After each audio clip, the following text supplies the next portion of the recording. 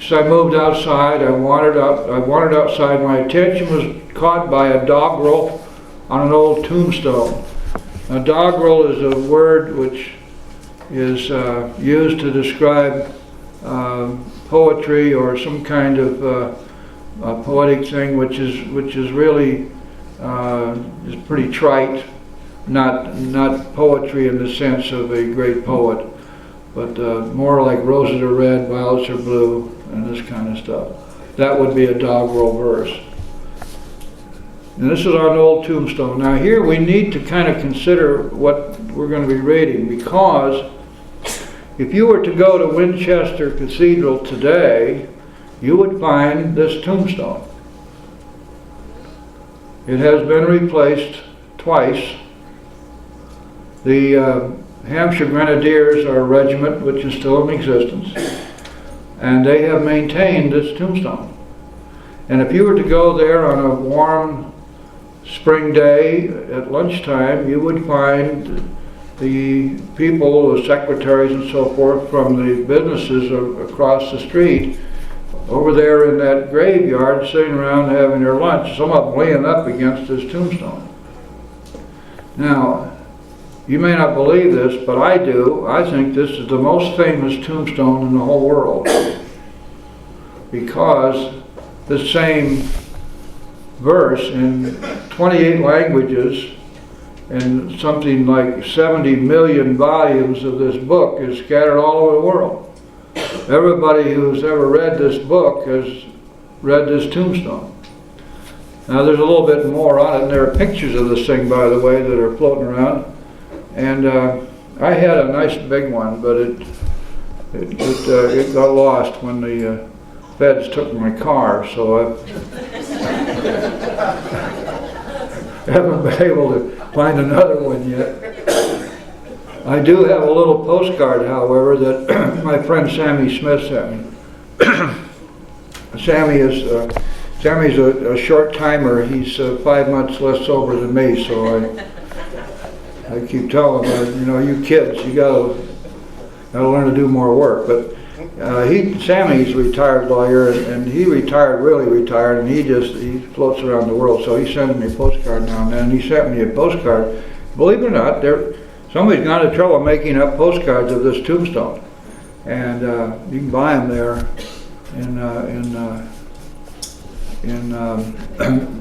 well, I don't know, I guess in Winchester and maybe other places. Let's see what it says now. We have to kind of remember this was written back in the 1700s. Here lies a Hampshire Grenadier. The Grenadier was a foot soldier. Literally threw grenades. That's what they called them. They were just kind of hand bombs. Here lies a Hampshire Grenadier. Hampshire is the regiment, who caught his death drinking cold, small beer. Now, the beer was cold, and it was a small beer, which in England at that time was something other than stout or ale or one of the more potent drinks. A small beer didn't mean the size of the glass or anything, or the mug. It's talking about the potency and the color. It was a lighter beer. So he caught his death drinking cold, small beer. Now, what I imagine this, because I saw this happen in Las Vegas one time, and this is probably clear off base, but I was on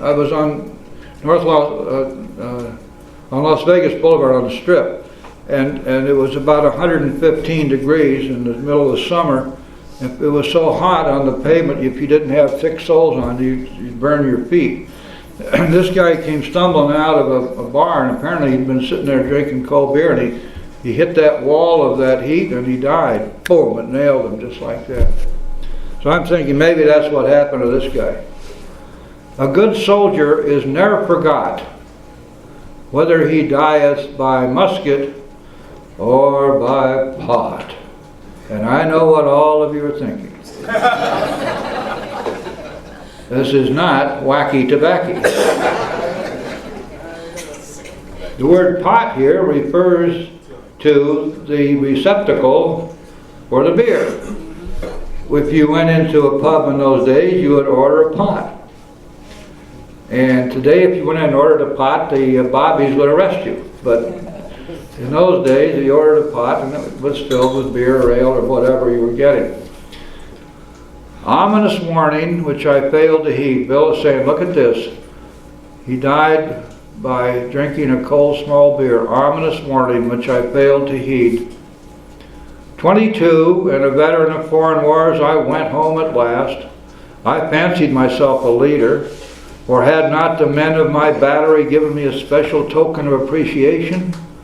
My talent for leadership, I imagined, would place me at the head of vast enterprises, which I would manage with the utmost assurance.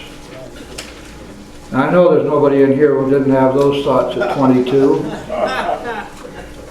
Grandiosity, that's one of the hallmarks of us, you know. And most of us have got a pretty good reason to be grandiose, you know. We're pretty smart people. We've got a whole hell of a lot in the ball. It's amazing how many people who come in here would, if they chose to apply, would be embraced immediately by Mensa. And people in AA, so many of them have been extremely successful in their life, not necessarily monetarily, but in their achievements. I don't know whether that means anything or not, but I've certainly have seen it. And I'm not talking about that we come from the upper echelons of society, by no means. That doesn't seem to have anything to do with it. But here is our friend Bill, who having come back from the war, was ready to conquer the world. Let's go on page 2 now. I took a night law course and obtained employment as investigator for a surety company. Well, Bill just followed the same thing. I see what I did. I was over there in Korea getting shot at, and I thought I was some kind of a big shot. And then they brought me back over here, and Marine Corps in their wisdom made me a drill instructor. And a drill instructor gets to be God. I mean, nobody questions anything you're doing, and once in a while the captain of your company may come around and ask you what you're doing, but basically you're on your own, and you got a whole bunch of people, and you have almost life and death control of them. At least they did then. And so, and when I mustered out of that thing, I went right to law school, because I figured the last thing in the world I want to be was some kind of a school teacher, or I sure didn't want to be going around 1, 2, 3, whoop, the rest of my life. So I got right into law school. You know, I looked around, I thought, these lawyers are running the government, lawyers are running the corporations. Nobody had ever said to me, what is the difference between a lawyer and a catfish? Does anybody know? Oh, you should know that. One is a bottom-dwelling mudsucker, and the other is a fish.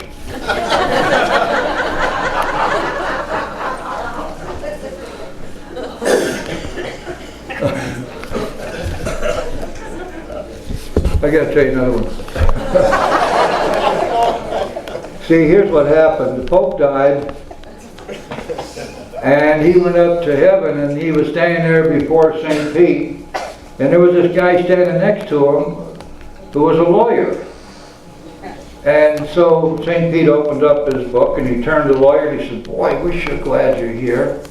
This is wonderful. He said, now, just over this hill, you will find your mansion, and you'll find beautiful, extensive grounds, and you have a couple of wonderful servants, and your limousine will be here in just a moment to pick you up and take you to your mansion. And this lawyer was very grateful, and he thanked St. Peter. And the Pope was standing there with his bare face hanging out, and he's looking very expectant, because after all, he is the Pope. And Pete looked up and he said, are you still here? He said, don't you have something for me? He said, oh yeah, let's see, you're Pius the 96, right?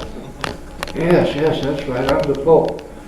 He said, oh, let me see what I got. Oh, he said, right over here, if you go down over that little hill, you'll find a shack, a kind of a hovel, and it's got a couple of goats out in front, and there's a little vegetable garden, and that's your place.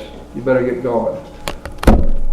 I can't believe this. The Pope was dumbstruck. He said, you gave that lawyer a mansion with servants and extensive grounds, and a limousine, and me, the Pope, you gave me that hovel with goats? What's going on here? St. Pete looked at him and he said, you know what? We've had a whole bunch of popes through here, but that's the first lawyer we ever had.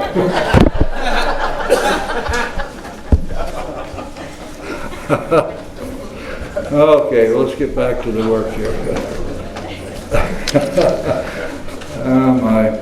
Anyway, I became a lawyer just like Bill. Well, he didn't. He kind of pooped out toward the end because he saw that lawyers weren't making any money, but the guys in the stock market were.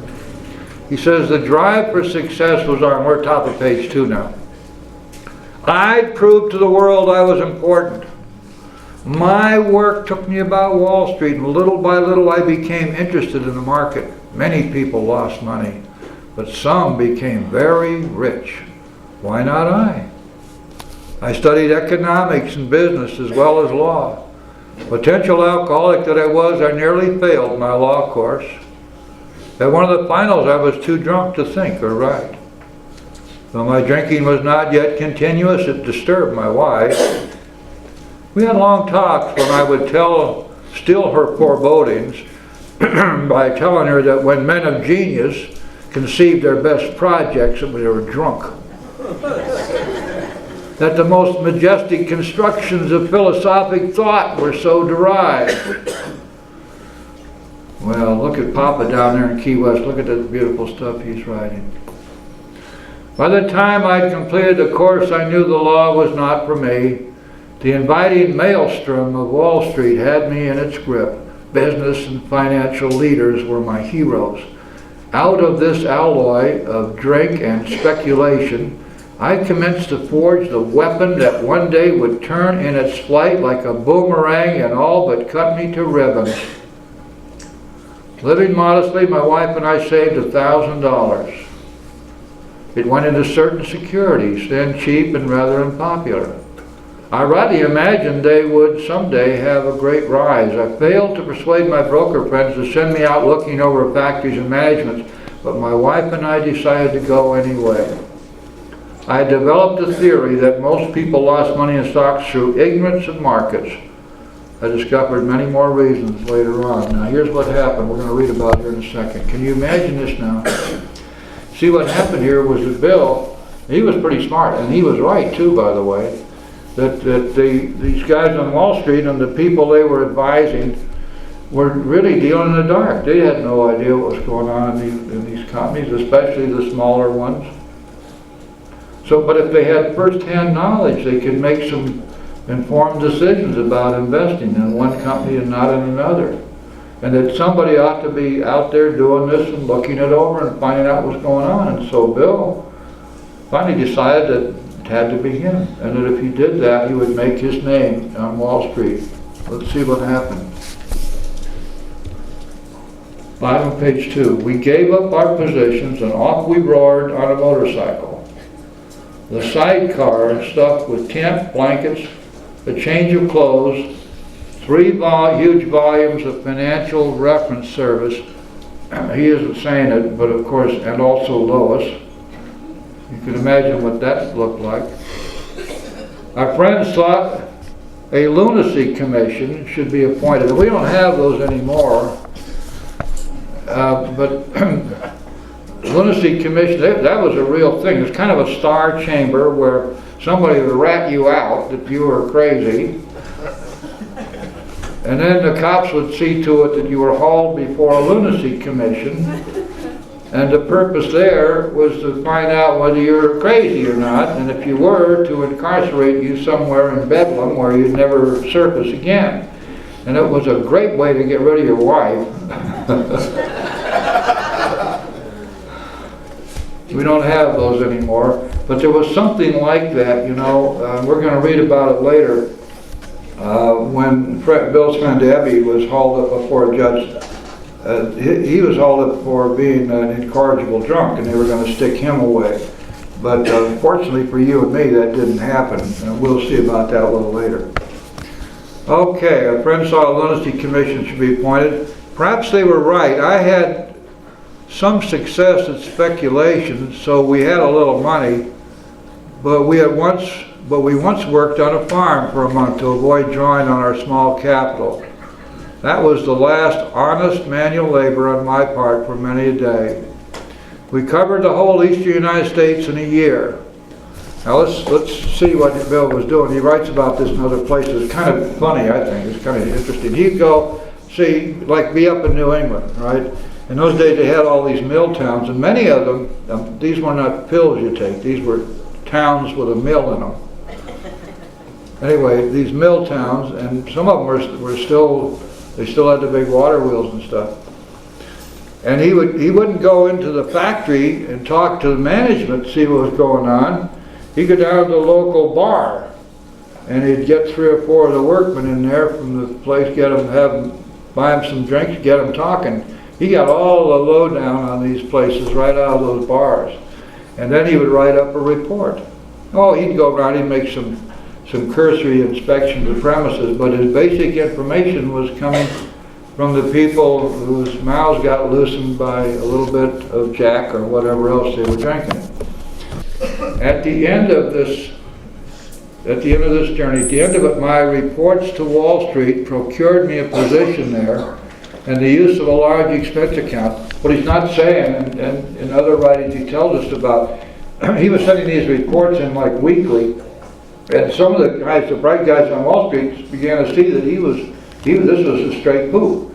This was present information. This was current, and it was like today, everything is so, nobody's hidden anymore because everything is wide open through the internet and the phone, and everybody knows everybody's business now. But in those days, it was pretty hard to get information, and here was Bill with first-hand stuff, and these guys on the street were cashing in on it big time. So as soon as he got back, they immediately brought him into the company, gave him a big expense account. Boy, he loved that. The exercise of an option brought in more money, leaving us with a profit of several $1,000s for that year. Now, options have become a dirty word in the last 3 months, haven't they? That's what's been nailing all these guys, these top executives who are being indicted and tried, and because of the misuse of options. Anyway, Bill made a lot of money that year, and boy, that was the beginning for him. For the next few years, he says, fortune threw money and applause my way. Now you got to remember, we're talking about the 20s, and this is before the big crash of 1929. And the stock market was a big, blooming bull market. And Bill was right in the middle of this, and he was making a fortune. He had lots and lots of money at that time. I had arrived, he said. Oh boy. His motto was, whether you're rich or poor, it's nice to have money. Or even the motto that I believe in, I've been rich and I've been poor and I like rich better, That's for damn sure. Oh boy. Anyway, maybe someday. I got a deal I'm doing right now that see, you never quit. I mean, this ain't going to make me $1 million, I promise you. And no, you can't borrow any of it either. I'm keeping it all for myself. Okay. My judgment and ideas were followed by many to the tune of paper millions. And I swear to you that this was more important to Bill than the money he was making. That he was being accorded all of this notoriety, all of this love and attention, and people considering him to be a financial wizard was much more important to him than the money. I keep telling people, others will work much harder for their name and lights than they ever will for money. Give them recognition. Well, they're just doing what they're supposed to do. Good. Well, your company's going on its butt, friend. The company that recognizes the need of human beings to be recognized for their as being worthwhile, being given pats on the back and plaudits and awards and all that, that's a company that survives. The great boom of the late 20s was seething and swelling. Drink was taking an important and exhilarating part of my life. There was loud talk in the jazz places uptown. You got to remember now, this is Prohibition. And so these jazz places, of course, were all, what did they call them in those days? Speakeasy. Yeah, they were all well, you know, all you had to do to keep a speakeasy open is pay off the cops. You know, and buy your liquor from the mob, and then everything was fine. Nobody bothered you. I watched the Ness series, you know. What do they call that? Huh? Elliot Ness. Elliot Ness, yeah. What was it called? Untouchables. Oh, The Untouchables, yeah. I got all my first-hand knowledge from that.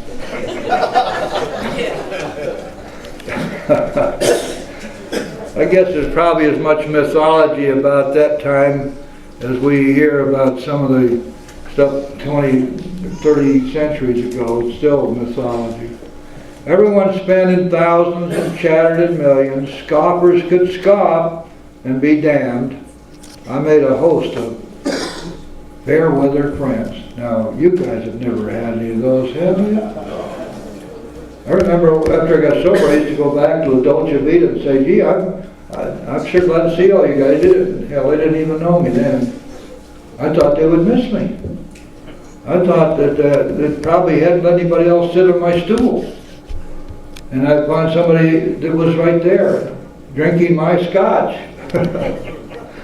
Did you guys miss me? Who are you? Fair weather friends. Okay, my drinking assumed more serious proportions, continuing all day and almost every night. The remonstrances of my friends terminated in a row, and I became a lone wolf. There were many unhappy scenes in our sumptuous apartment. There had been no real infidelity. I love that word, real, don't you? What in the hell is no real infidelity?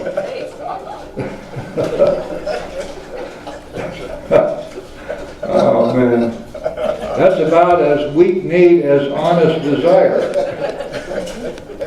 No real infidelity.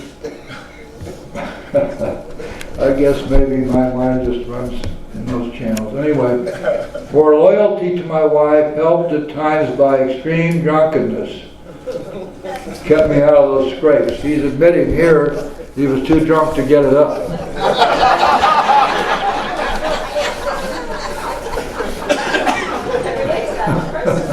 And that's what he meant by no real.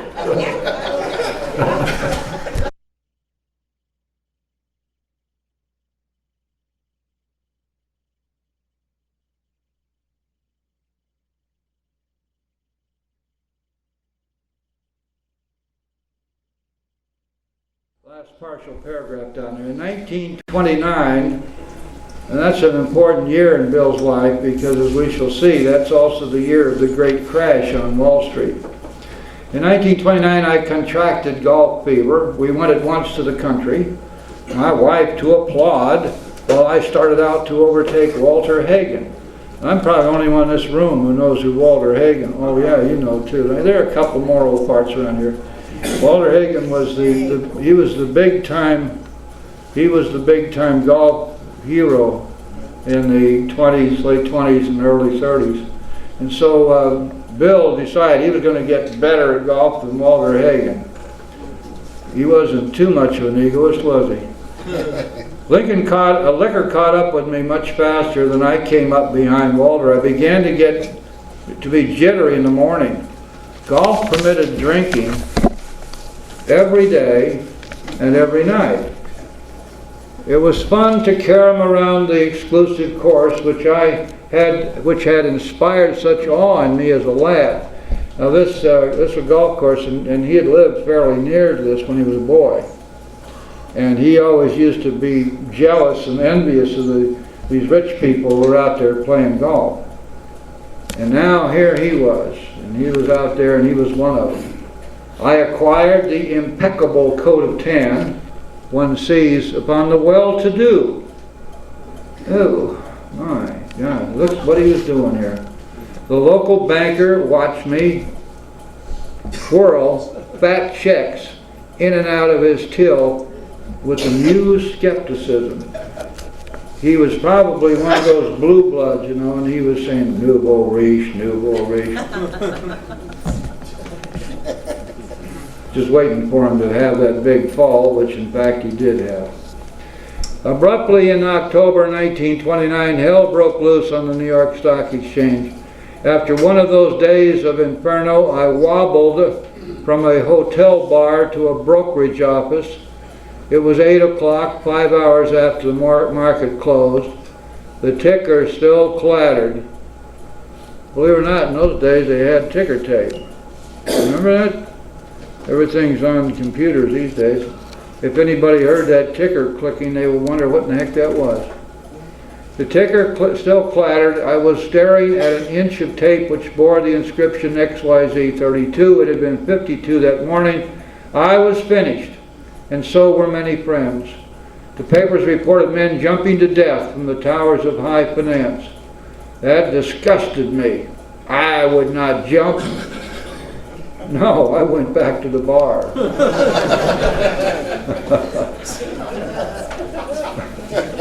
Well, shoot, that's the answer to everything, isn't it? I know a lot of people are scared to death of sobriety. People down at the bar are going to miss them.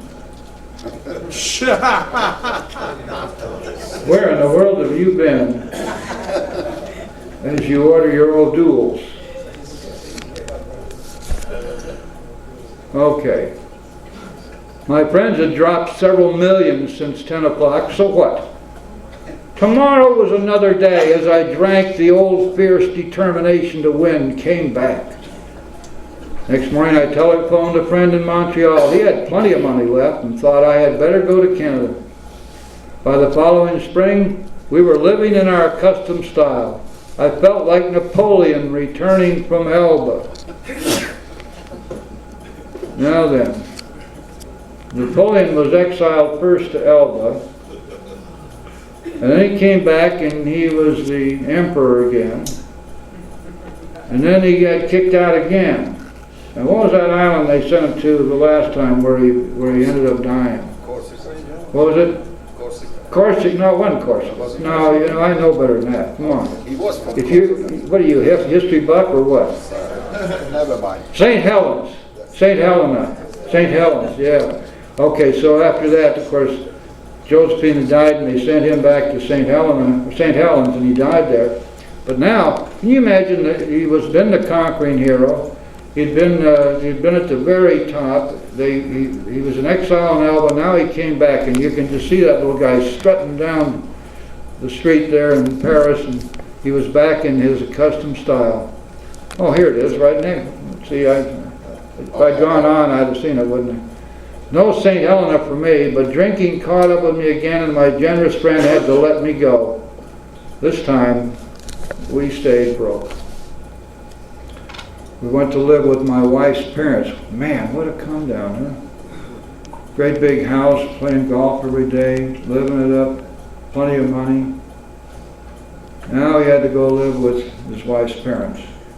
I found a job, then lost it as a result of a brawl with a taxi driver. What a way to lose a job. Mercifully, no one could guess that I was to have no real employment for 5 years. That's kind of like real affair, isn't it? No real employment for 5 years, or hardly draw a sober breath. My wife began to work in a department store, coming home exhausted to find me drunk. I became an unwelcome hanger-on at brokerage places. Can't you just see this? He's a great big tall guy, you know, and he's slouching around there, half drunk and staring at the ticker tape and trying to make friends and get somebody to give him a break. Pathetic. Absolutely pathetic. And the more he did that, the more pathetic he became. And you know, that was a good illustration, wasn't it, of the absolute destructiveness of self-pity. Now we get into self-pity, it destroys us and it destroys all our relationships. And there's nothing which is a greater lubricator of self-pity than booze. Liquor ceased to be a luxury. It became a necessity. Bathtub gin, 2 bottles a day, and often 3. My God, is lucky to have a liver left, wasn't he? That stuff was pretty rough. It got to be routine. Remember that we're talking here about Prohibition time, so if it was either bathtub gin or you're going to have to buy from those guys that Elliot Ness was chasing around. Sometimes a small deal would net a few $100s, and I would pay my bills at the bars and delicatessens. This went on endlessly, and I began to awaken very early in the morning, shaking violently. A tumbler full of gin, followed by a half-dozen bottles of beer, would be required if I were to eat any breakfast. Listen to this now. Nevertheless, I still thought I could control the situation. And there were periods of sobriety which renewed my wife's hope. So now we find Bill at this stage of his alcoholic development progression still clearly and strongly in denial. And but somewhere along here we're going to find that change. And we're going to find that, in fact, the hopelessness and helplessness of his situation finally comes through to him. Gradually things got worse. The house was taken over by the mortgage holder. My mother-in-law died, and my wife and father-in-law became ill. Then I got a promising business opportunity. Stocks were at a low point of 1932, and I had somehow formed a group to buy. I was to share generously in the profits. Then I went on a prodigious bender, and the chance vanished. I woke up. This had to be stopped. I saw I could not take so much as one drink. That was a breakthrough, wasn't it? I was through forever. Before then, I had written lots of sweet promises, but my wife happily observed that this time I meant business, and so I did. Shortly afterward, I came home drunk. There had been no fight. Where had been my high resolve? I simply didn't know. It hadn't even come to mind. Someone had pushed a drink my way and I had taken it. Was I crazy? I began to wonder, for such an appalling lack of perspective seemed near to being just that. Let's take a look at another story right now. We'll see the same parallel, okay? Let's go over here in chapter 3 to page 41. This is another true story. It's a story of Fred. Fred is an interesting fellow because Fred his life was never in any way unmanageable except that he drank.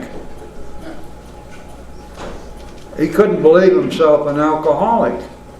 He'd always been able to fix any problems that came up in his life.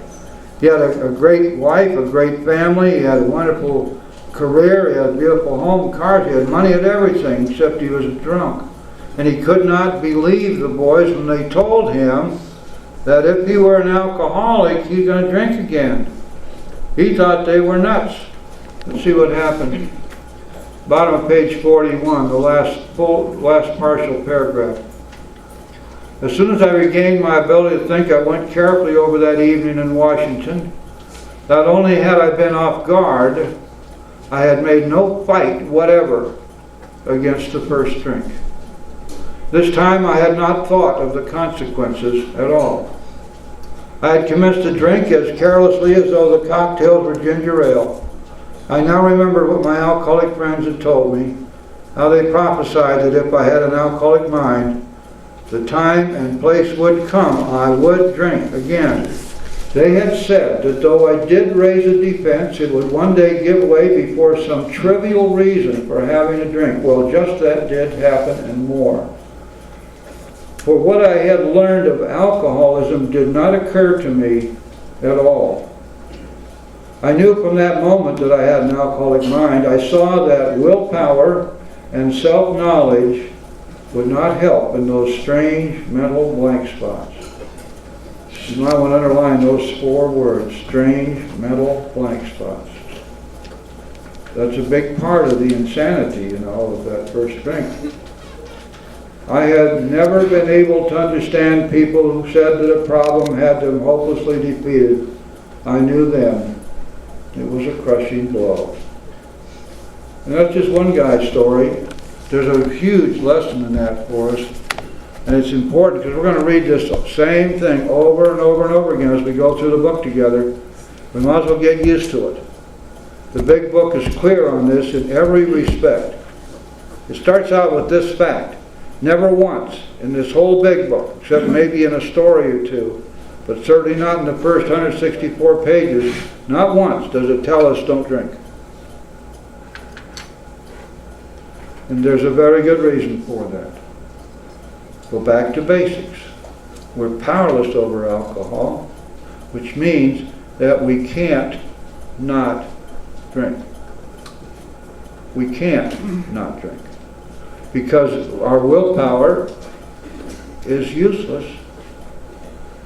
And because as an alcoholic we're driven by an obsession and compulsion which is beyond our power to control.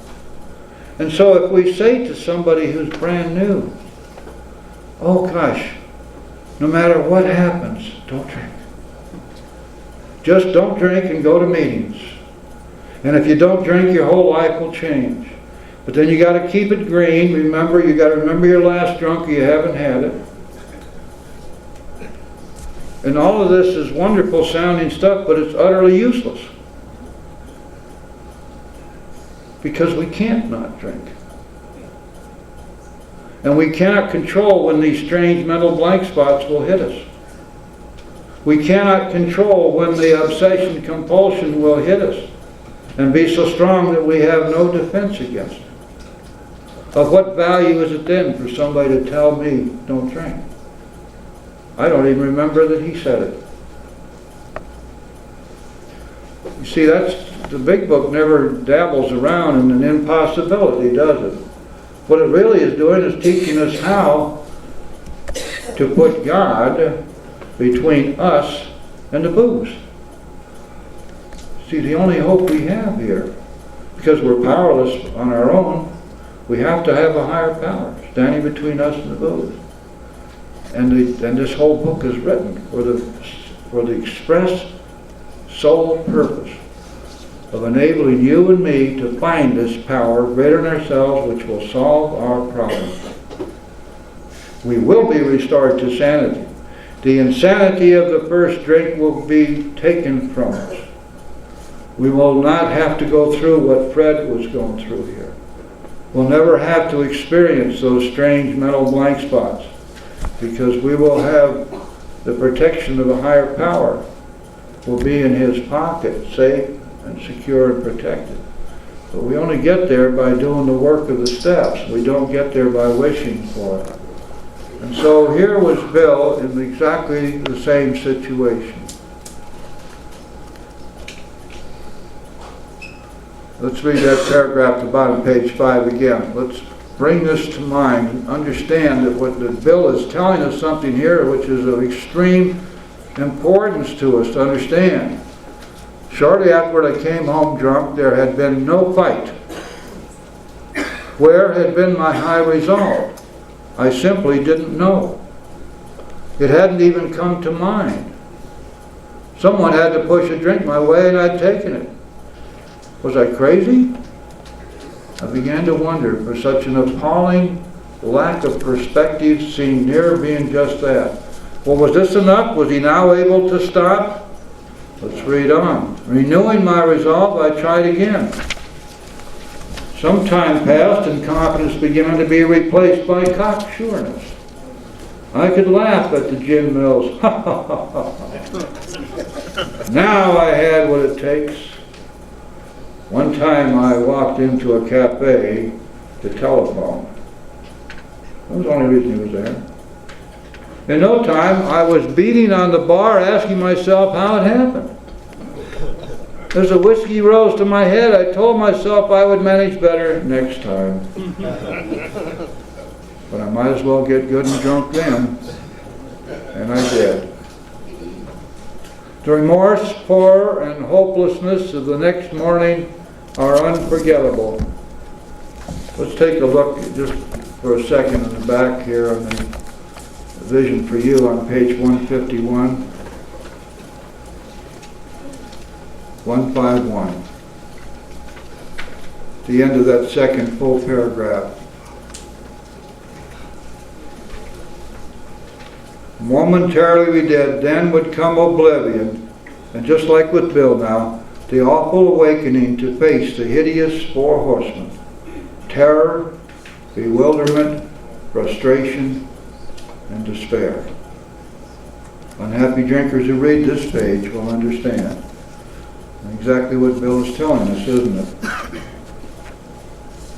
The remorse, horror, and hopelessness of the next morning are unforgettable. We're back on page 6 now. The courage to do battle was not there. My brain raced uncontrollably, and there was a terrible sense of impending calamity. I hardly dared cross the street, lest I collapse and be run down by an early morning truck, for it was scarcely daylight. An all-night place supplied me with a dozen glasses of ale. My writhing nerves were stilled at last. A morning paper told me the market had gone to hell again. Well, so had I. The market would recover, but I wouldn't. That was a hard thought. Should I kill myself? No, not now. Then a mental fog settled down. Gin would fix that. So 2 bottles and oblivion. Wow. Sends cold shivers up and down my spine. I don't know about you guys, but man. The mind and body are marvelous mechanisms, for mine endured this agony 2 more years. Sometimes I stole from my wife's slender purse when the morning terror and madness were on me. Again I swayed dizzily before an open window, or the medicine cabinet where there was poison, cursing myself for a weakling. There were flights from city to country and back, as my wife and I sought escape. Then came the night when the physical and mental torture was so hellish I feared I would burst through my window, sash and all. Somehow I managed to drag my mattress to a lower floor, lest I suddenly leap. A doctor came with heavy sedative. Next day found me drinking both gin and sedative. Of course. What in the world did they expect? And why are you and I not surprised? This combination soon landed me on the rocks. People feared for my sanity, so did I. I could eat little or nothing when drinking, and I was 40 pounds underweight. Notice that he was taking a combination of sedative and alcohol. Kind of interesting. Let's see, there's another reference to something like that. Let's find it in chapter 2, page 22, 22, page 22, chapter 2, 22222. Top of the page. You're looking for the bottle he misplaced the night before. If he can afford it, he may have liquor concealed all over his house to be certain no one gets his entire supply away from him to throw down the waste pipe. As matters grow worse, he begins to use a combination of high-powered sedative and liquor to quiet his nerves so he can go to work. Then comes the day when he simply cannot make it and gets drunk all over again. Perhaps he goes to a doctor, gives him morphine or some sedative with which to taper off. Then he begins to appear at hospitals and sanitariums. And there are still people, believe it or not, I'm not mad at them or anything. I think it's getting a little bit foolish these days, who sit around and count the ANDAs. Anybody here an ANDA? Drug addict and an alcoholic? An ANDA. They will announce at the end of the meeting, oh, there were only 5 ANDAs here tonight. We're making progress. It looks like, from what Bill is telling us here, ANDA is going to apply to just about everybody, doesn't it? Okay, let's see, we're on page 7 now.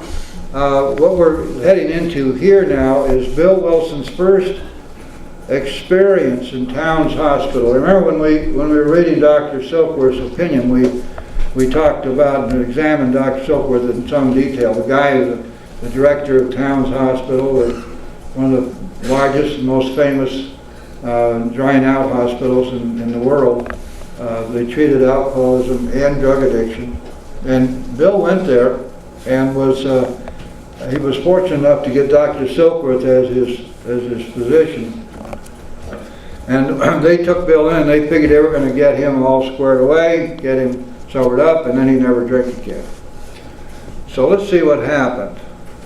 My brother-in-law is a physician, and through his kindness and that of my mother, read kindness for money, because Towns Hospital was not cheap, and Bill didn't have any dough. So his brother-in-law and his mother put up the money, and he got to go to Towns Hospital. I was placed in a nationally known hospital for the mental and physical rehabilitation of alcoholics under the so-called belladonna treatment by brain cleared.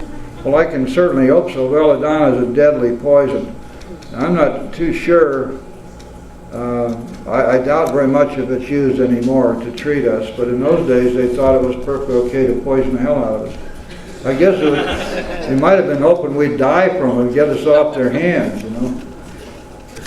Under the so-called belladonna treatment, my brain cleared.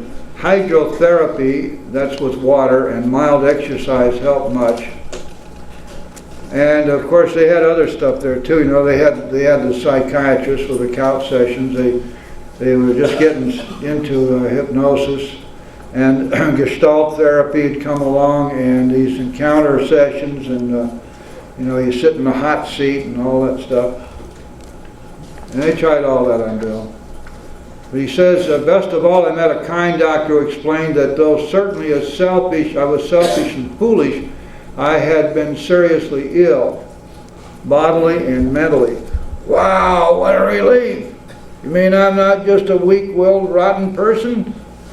I'm not just crazy, but I'm sick. I'm sick, bodily and mentally. Man, I've got every excuse in the world now. This is what I've been looking for. I remember the first time I heard that. You know, alcoholism is a disease. I thought, boy, this is great. I should have gotten around this place sooner.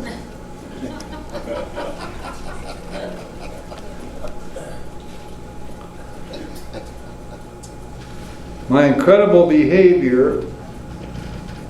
Oh, wait a second. Here we go. It relieved me somewhat to learn that an alcoholic's will is amazingly weakened when it comes to combating liquor, though it remains strong in other respects. My incredible behavior in the face of a desperate desire to stop was explained. Understanding myself now, I fared forth in high hope. That was a fool's errand. Because as we're going to see in about 6 different ways from Sunday, that self-knowledge does not keep us sober. Self-knowledge does not keep us sober. Nor does fear of the consequences of the next drink keep us sober. That's why we cannot use human solutions to stay sober.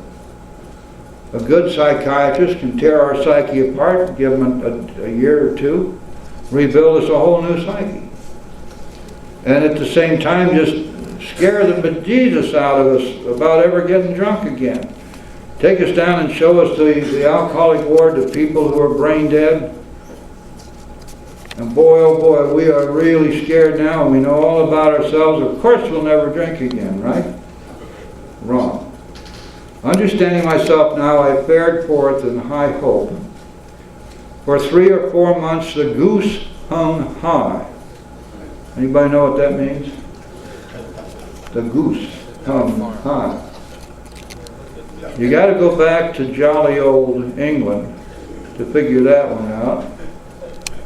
It used to be that a goose, a roast goose, was the epitome of fine, high living, especially in the lower classes. And so if you had a goose, you didn't just leave it laying around for the dog or the cat to get at. you hung it off the rafters, and usually by its neck. So you can see this goose that has been defeathered and eviscerated, and it's hanging from the rafter. Now when you had a goose hanging high, everything was just great. And that's what it means. The goose hung high means everything was wonderful. Everybody got that now?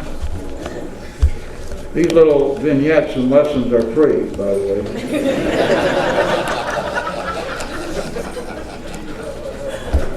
Down in Island the other day, some guy came over to me, and he's kind of an old grouchy guy, and he's kind of dingy anyway.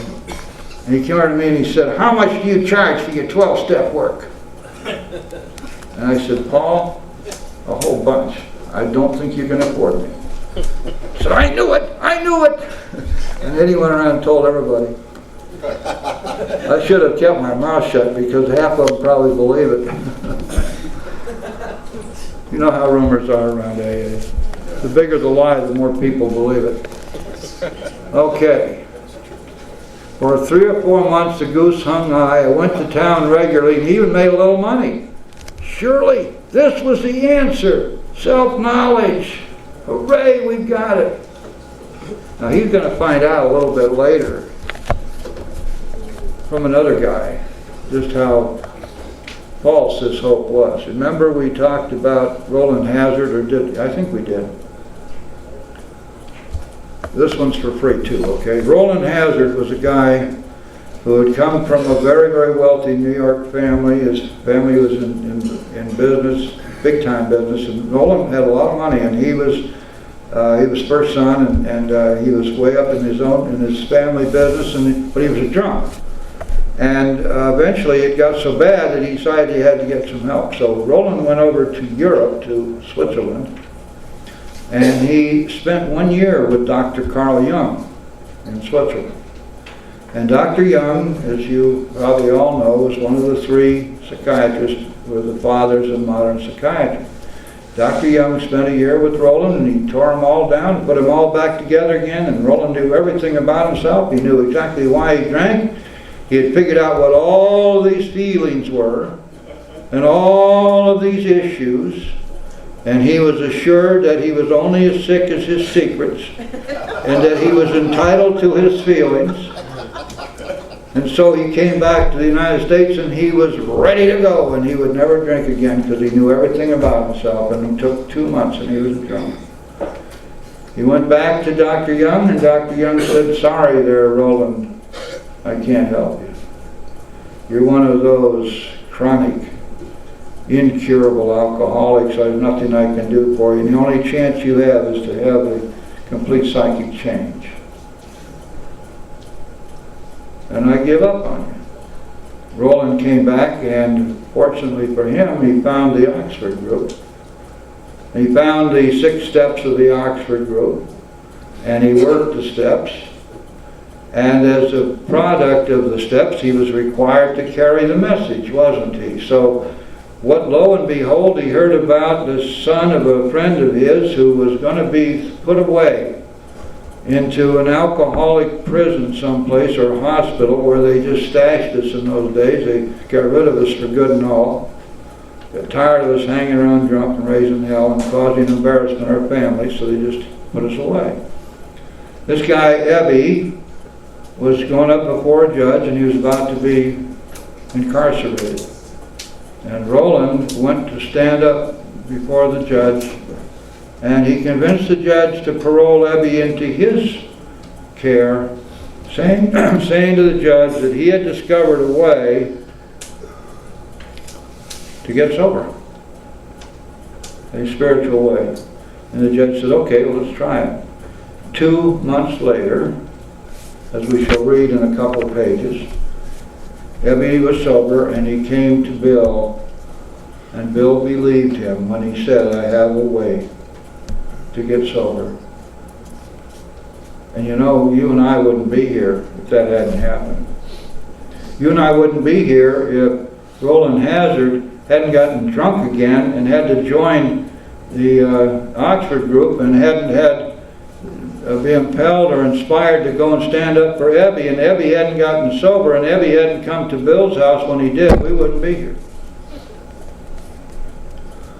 When you stop to think about it, our sobriety and our very existence and the existence of this fellowship of millions of people hung on those kinds of slender threads back then. All of these things had to happen just as they did. Well, of course, it was all coincidence, right? And everybody believes it was coincidence.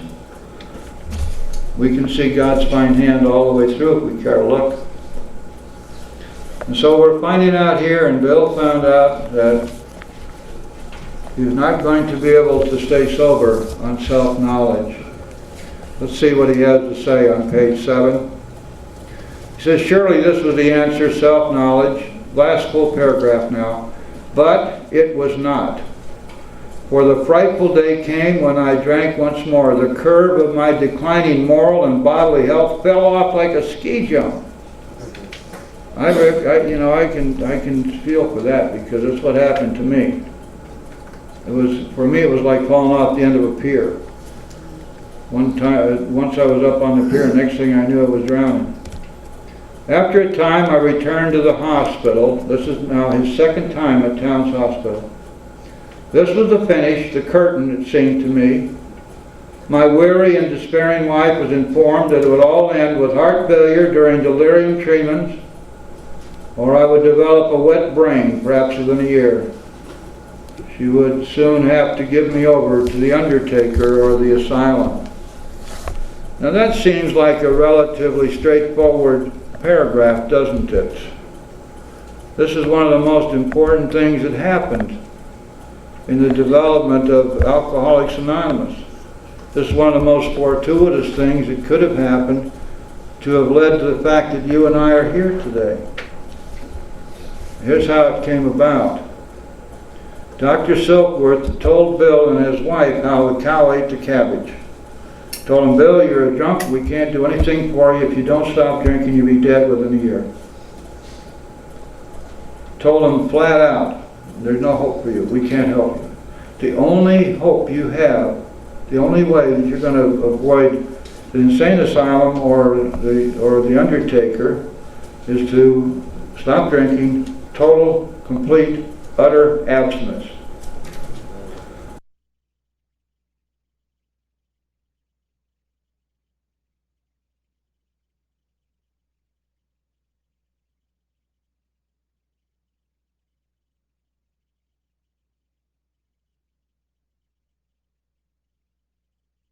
They did not need to tell me, I knew, and almost welcomed the idea. See, Bill is now approaching that place of hopelessness. And remember that what we read back in the forward of the first edition, the seemingly hopeless state of mind and body. Now, of course, that means that it seems hopeless to the alcoholic, but we know that it's not hopeless because we were there and now we are here. And so we use the appellation seemingly hopeless, since that is exactly the way it appears to the person who's still suffering out there. Bill says, it was a devastating blow to my pride. I, who had thought so well of myself and my abilities, of my capacity to surmount obstacles, was cornered at last. Now we can see the beginnings here of the first step for Bill, can't we? When he realizes that he knew at that time that he was cornered. Now I was to plunge into the dark, joining that endless procession of sots who had gone on before. I thought of my poor wife. There had been much happiness after all. What would I not give to make amends? But that was over now. We find him, you see, slipping further and further into this hopelessness and this depression, just giving up. No words can tell of the loneliness and despair I found in that bitter morass of self-pity. Quicksand stretched around me in all directions. I had met my match. I had been overwhelmed. Alcohol was my master. This, of course, is something which at the time Bill did not know what was happening to him. But when we look at his story and we understand what he's saying here, this is exactly what had to happen in order for Bill to reach that point of being able to say truthfully that I am powerless over alcohol. Let's look at the second paragraph on 151. The less people tolerated us, the more we withdrew from society, from life itself. As we became subjects of King Alcohol, shivering denizens of his mad realm, the chilling vapor that is loneliness settled down. It thickened, ever becoming blacker. Some of us sought out sordid places, hoping to find understanding, companionship, and approval. Momentarily we did. Then would come oblivion, and the awful awakening to face the hideous four horsemen: terror, bewilderment, frustration, despair. Unhappy drinkers who read this page will understand. And I think we probably all ought to understand that those four horsemen are right out there in the parking lot, and they're doing drag races up and down the parking lot, staying in shape. They want us. They want us bad. After all, while we're in here, they're unemployed, aren't they? Let's keep it that way, shall we? I don't think any of us ever want to try to ride one of those horses again. All right. So there are several other places which are aptly descriptive of what Bill is saying here, but I think that particular paragraph goes right to the point. Now here he is. He's coming out of the hospital, and he says, trembling. This one, back on page 8 now. Trembling, I stepped from the hospital a broken man. Fear sobered me for a bit. That's important. We got to stop right there and think about this for a second. You see what a terrible, terrible mistake it is to believe that fear will keep us sober? That's just simply not true. Fear of the consequences of our next drink, fear of the consequences of our next debauch, our next run, the fear of going to jail, the fear of the next DUI, losing our jobs, losing our families, being held up to the ridicule of the community, being sick, being terribly sick, being hung over, all those fears. And not one of them is enough to keep us sober. Not for very long. But for the temporary, just for that first little time when we first come in, maybe then fear is the powerful force that drives us in here. But once we're here, somebody in here, or somebody's got to get hold of us and say, now let's sit down and let's see what we've really got here. We want to tell you our story.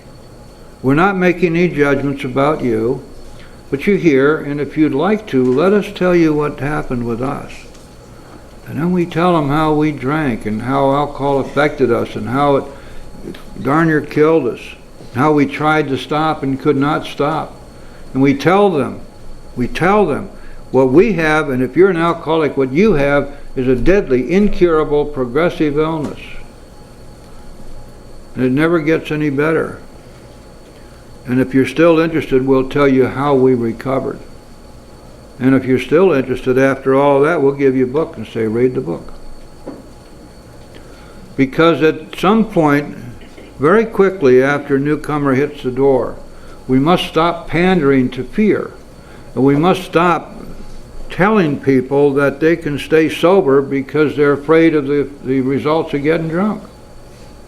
That is not the AA program. And as a matter of fact, the truth of it is, except in a very short period of time when it may be the inducement to get in here, fear is our enemy. It's the only enemy we've got. If there is a devil, his name is fear. Certainly one of his names. And so we have to be real careful about this. Fear sobered me a bit, he says, back on page 8. Then came the insidious insanity of that first drink, and on Armistice Day 1934 I was off again. Armistice Day in 1934 was November 11th, and the Armistice Day was a day commemorating the armistice in the First World War. And I believe now it's the same day we call Veterans Day. But in those days it was Armistice Day. So we know that on November 11th, 1934, Bill picked up the next drink. I was off again. Everyone became resigned to the certainty that I would have to be shut up up somewhere, or would stumble along to a miserable end. How dark it is before the dawn. In reality, that was the beginning of my last debauch. I was soon to be catapulted into what I like to call the fourth dimension of existence. I was to know happiness, peace, and usefulness in a way of life that is incredibly more wonderful as time passes. You know, one of the things this big book does, and does so well, better than anything I know, it brings hope. You see, right here now is the beginning of the hope that Bill is going to bring to the newcomer who reads his story. Remember, coming from a place of seeming hopelessness, one of the things that must happen for the new person is that they must begin to feel hope. They must also, of course, be free of the denial which has kept them drunk all this time. So the big book will help them break down the walls of denial, but for sure it brings them hope.